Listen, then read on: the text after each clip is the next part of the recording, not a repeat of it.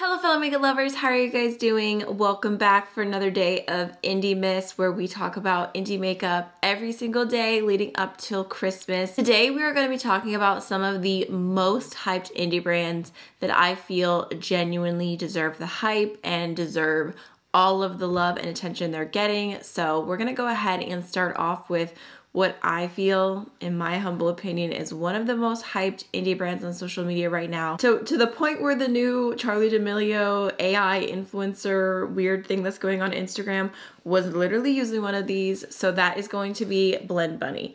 Can you not tell that I am absolutely obsessed with them? I did purchase my first palettes from them, and since then I've been on their PR list just to be transparent, but if I had not received them in PR, these are palettes I would have been purchasing myself regardless because I love Blend Bunny. Their very first palette was the Blends palette, and I feel like the style of this is what really made it stand out because if you're looking at these colors, it is just another rainbow palette. But because of the way that they organized it, it just made it so beautiful on the eyes. And once you have it, once you touch it, once you use it, you can see that the shades are so pigmented, so easy to blend, even easier to blend because everything has matching colors. Like they just take all of the hard parts of putting looks together out of the equation. Since then, they have expanded. They have done so many beautiful collections. I would say some of my favorites, Sugar and Grunge, which just looks like this. All Done Up palette, which is a little bit one of their smaller ones, but still just amazing. The Sickly Sweet palette, which is what I have on my eyes right now, and honestly might be the best pastel palette that I own. I feel like Blend Bunny is one of those makeup companies where like the artistry is so important to them. You can see all of the creativity, the passion. So I feel like they keep their customers in the forefront of everything they're doing. They're always asking for feedback, always trying to make the palettes that much better.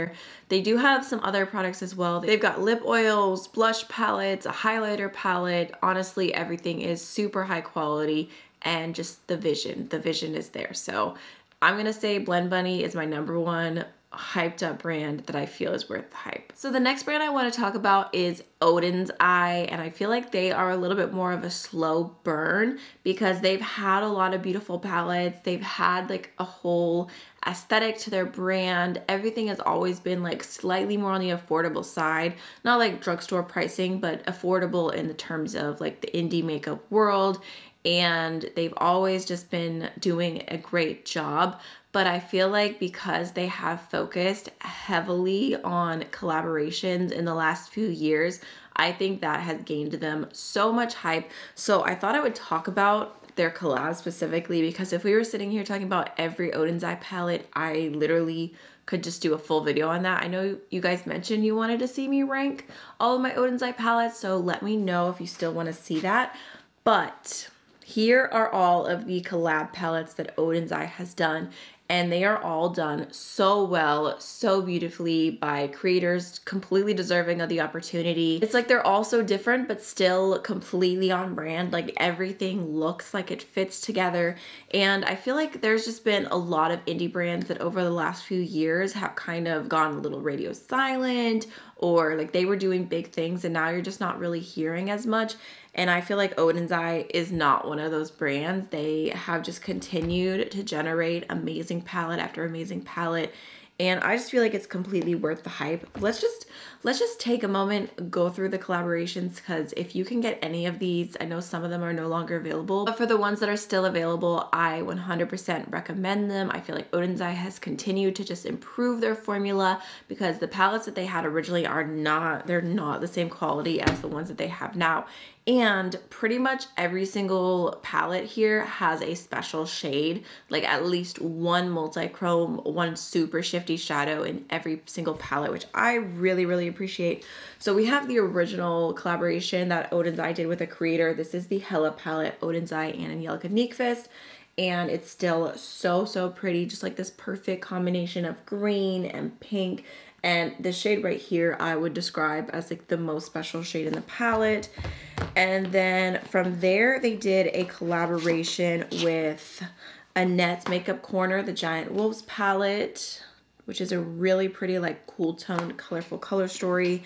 And that released at the same time as the Hummingbird palette from Odins Eye and the Fancy Phase, the lovely, lovely Tina, which hers is a like really colorful, like just super, super pretty shade. Fancy right here is what dreams are made of. We got the Red Dragon palette that they did with Judy, which is a little bit more on the neutral spectrum, but still so, so pretty. Then they did this set of 3, one of which was with Makeup Just for Fun, the Flora Story palette, which is a little bit like that perfect in between of you like neutrals, but you also like color, purples, greens, so gorgeous.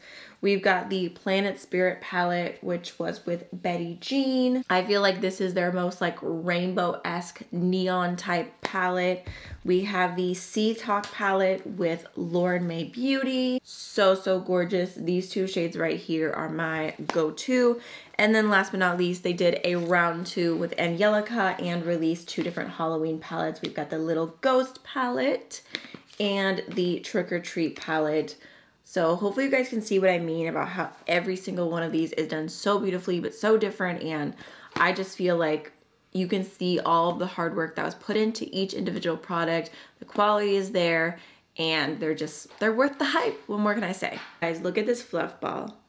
He just keeps getting fluffier. This tail is what dreams are made of. It's so fluffy. Now let's talk about BK Beauty. They are primarily a makeup brush brand, but they do have some lippies that are really beautiful, and they have an eyeshadow palette, but that is not for me. It is just way, way too soft. Like, not my vibes at all, but their brushes are so good and they have gone viral many a times over on TikTok. I've actually been obsessed with some of their most viral brushes for a really long time, and so as soon as I started seeing them get that hype, I was already like on board. I was like, they deserve it. They're so good. So I specifically want to talk about their 2 most viral brushes. So the 101 is a foundation brush, but it is pretty unique because it's super soft and super dense, and it has this angle to it, and it just does an amazing job at getting your foundation blended in seamlessly but super fast, and it just really goes around the curves and the contours of your face just perfectly,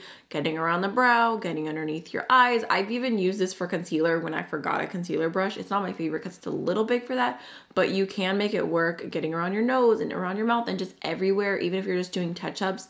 The shape of this is perfect and it just is so soft. Like, you can feel it's super high quality. I also want to talk about their A506 brush, which I have the mini here, like the travel size, and I also have the full size in my travel makeup bag, which is kind of backwards, but this brush is probably their most viral brush, and it is a collaboration with Angie Hot and Flashy.